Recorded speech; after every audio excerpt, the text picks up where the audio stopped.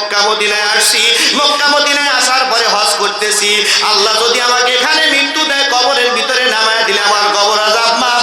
ইমাম সাহেব বলেছে, যা কবরের ভিতরে যাওয়ার পরে তোর মতো হাজিকে বাটাম বেটা করবে, কথা কন না ঠিক কি না?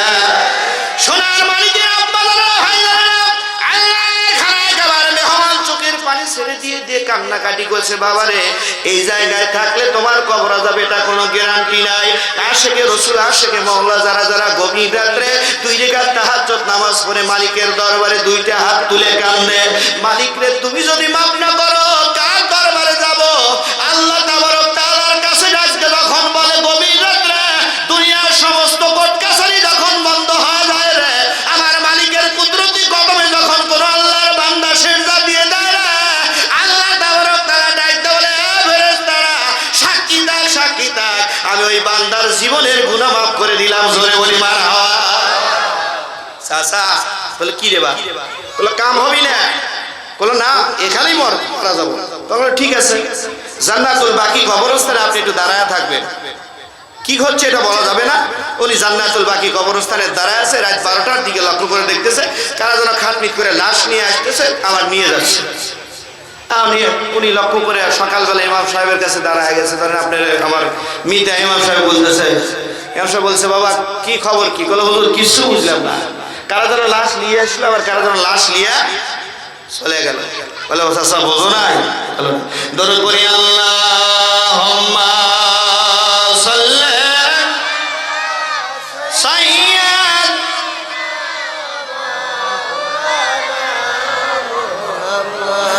ওয়া আলা আলি সাইয়্যিদিনা। আমার শাফায়াতের কান্ডারি রাসূল আল্লাহ, আমার পুলসুরাতের কান্ডারি রাসূল আল্লাহ, ইয়া মুহাম্মদ মুস্তাফা নবী সাল্লি আলা ইয়া মুহাম্মদ। সবাই আমার শাফায়াতের কান্ডারি রাসূল আল্লাহ, আমার পুলসুরাতের কান্ডারি রাসূল আল্লাহ, ইয়া মুহাম্মদ মুস্তাফা নবী সাল্লি আলা ইয়া মুহাম্মদ মুস্তাফা। কেউ বা বলে নবী বাবারি বাবা, কেউ বা বলে নবী কাবারি কাবা। সরে বলে কি মারহাবা। সে যে নয় সে বাবা, নয় সে কাবা, রাসূল আল্লাহ, ইয়া মুহাম্মদ মুস্তাফা নবী সাল্লি আলা। আমার শাফায়াতের কান্ডারি রাসূল আল্লাহ, আমার পুলসুরাতের কান্ডারি রাসূল আল্লাহ, ইয়া মুহাম্মদ মুস্তাফা নবী সাল্লি আলা, ইয়া মুহাম্মদ মুস্তাফা নবী সাল্লি আলা। আল্লাহুম্মা সবাই আসা লাগবে না। ওয়া আলা আলি সাইয়্যিদিনা।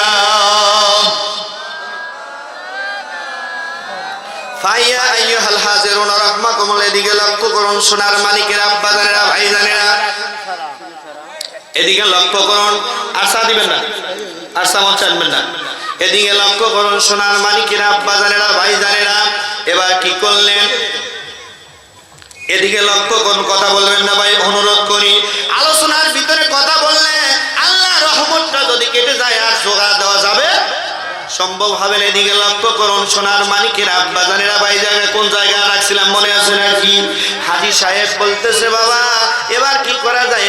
ঘটনাটা একটু বিস্তারিত যদি আপনি বলতেন। হাজী বান্দা বলতেছে, হুজুর শোনেন শোনেন। আল্লাহর খানায় খাবার মেহমান ডাকতে বলতেছে, বাবারে এই রহস্যটা আপনি যদি মেহেরবানি করে দয়া করে যদি বলতেন। বলছে, বাবারে সারা জীবন অকামা কুকামা করার পরে মক্কা মদিনায় আসছে মাপ চাওয়ার জন্য। এই ব্যক্তিটা মক্কা মদিনায় মারা গেলেও লাশটা ওর দেশেই ফেরত দেওয়া হয়। জোরে বলা যাবে কি একবার মারহাবা। এই যে লাশগুলো নিয়ে আসলো, আশেকে রাসূল, আশেকে মওলা যারা চোখের পানি ছেড়ে দিয়ে দে প্রত্যেকটা রাত্রে কান্নাকাটি আরম্ভ করে। ওই সুন্দর করে কবরের ভিতরে লাশটা দেওয়ার পরে লাশটা রুন্দ জান্নাতুল বাকি কবরস্থানে নিয়ে আসে। জোরে বলা যাবে কি মারহাবা? হাজি কয় তোর টাকা পয়সা তাড়াতাড়ি দেশে যায়, মানুষের আল ছাড়ছে, মানুষের কাছ থেকে মাপ চেয়ে আল্লাহর কাছ থেকে মাপ চাই। সোনার মানিকের আব্বা জানেরা, ভাই জানেরা, আমি আপনি কিন্তু ক্ষেতের মধ্যে দিয়ে, জমির মধ্যে দিয়ে আমরা রওনা দেই না? ফোনা খেতে দেই কি দেই না? সুফি সদরউদ্দিন আল্লাহর ওলি কত বড় পাওয়ারফুল ক্ষমতার লোক ছিলেন। সুফি সদরউদ্দিন বলতেছে, বাবারে আমি হঠাৎ করে ক্ষেতের মাঠের ভিতরে আমি সুন্দর করে জমির ভিতরে দিয়ে যখন রওনা করলাম, রওনা করার পরে আল্লাহ তাবারক তাআলা গায়েব থেকে ইলহাম করে বলছে, সুফি সদরউদ্দিন খবরদার, তোর জমিনে যদি একটা পা মানুষের ফসলে ক্ষতি হয় আমি আল্লাহ তাবারক তাআলা তোকে মাফ করব না। সুফি সদরউদ্দিন বলে আমার পাটা সোজা হয়ে গেল। পাটা সোজা হয়ে যাওয়ার পরে আমি কিছু দূর অগ্রসর হয়ে যাওয়ার পরে বাদশার লোকেরা এসে আমাকে আটক করলো। আটক করারা কত বড় দরজার আল্লাহর ওলি ছিলেন, নবীর উম্মতেরা রে। এই লোকটা সুন্দর করে সুফি সদরউদ্দিনকে আটক করার পরে সুফি সদরউদ্দিন মালিকের কাছে হাত তুললেন। কার কাছে? দরকার কার কাছে? আল্লাহ তাবারক তাআলার কাছে হাত তুললেন। তোলার পরে এবার সুন্দর করে এদিকে লক্ষ্য করুন, এবার বাদশার বিল্ডিং ধসে পড়ে বাদশা দুনিয়ার থেকে বিদায় হয়ে গেল। জোরে বলা যাবে কি মারহাবা? আল্লাহর ওলি সুফি সদরউদ্দিন উনি বাদশার একজনে মুস্তান আরেকজনে বসায় দিলেন। বাদশা মান্দার আর এক জায়গায় বসায় দেওয়ার পরে আরেকজন বাদশাকে বসায় দিলেন। হুজুর হঠাৎ করে অসুস্থ হয়ে গেলেন। অসুস্থ হয়ে যাওয়ার পরে হঠাৎ করে উনি কি করতেছেন, ওনাকে রাজশাহী সিংহাসন থেকে পরীক্ষা নিরীক্ষা করার জন্য ডাক্তার পাঠানো হয়েছে। কি পাঠানো হয়েছে? কি পাঠানো হয়েছে? ডাক্তার পাঠানো হয়েছে। ডাক্তার পরীক্ষা নিরীক্ষা করে দেখে হুজুর এত ভয় করতেন আল্লাহকে দেখে ওনাদের কলিজা গলে গলে গলে গলে, আল্লাহর ওলি সুফি সদরউদ্দিনের কলিজা গলে গলে পেশাবের দাঁত বের হয়ে যাচ্ছে। জোরে বলা যাবে কি মারহাবা?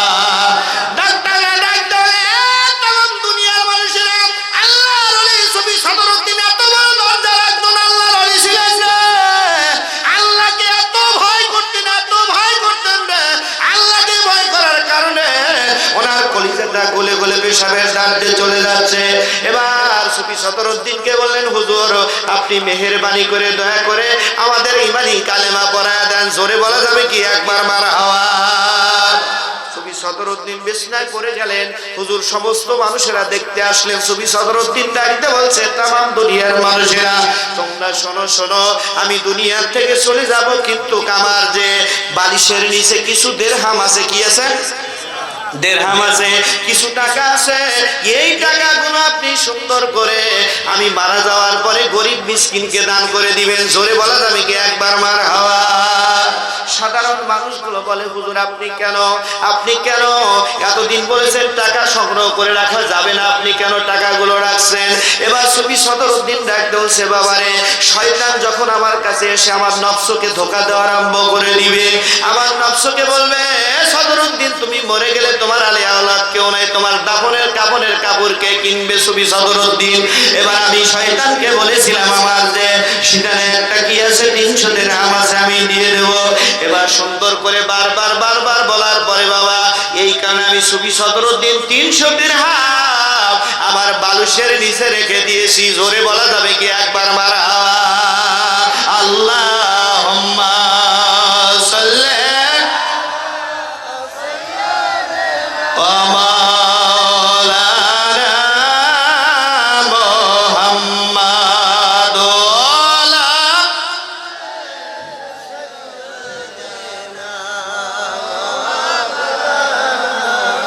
এই ওলি আল্লাহর বাংলাদেশ আর শহীদ গাজীর বাংলাদেশ, রহম করুন আল্লাহ, কবুল করুন আল্লাহ। সবাই এই ওলি আল্লাহর বাংলাদেশ আর শহীদ গাজীর বাংলাদেশ, রহম করুন আল্লাহ, কবুল করো আল্লাহ, রহম করো আল্লাহ, কবুল। এই শাহজালালের বাংলাদেশ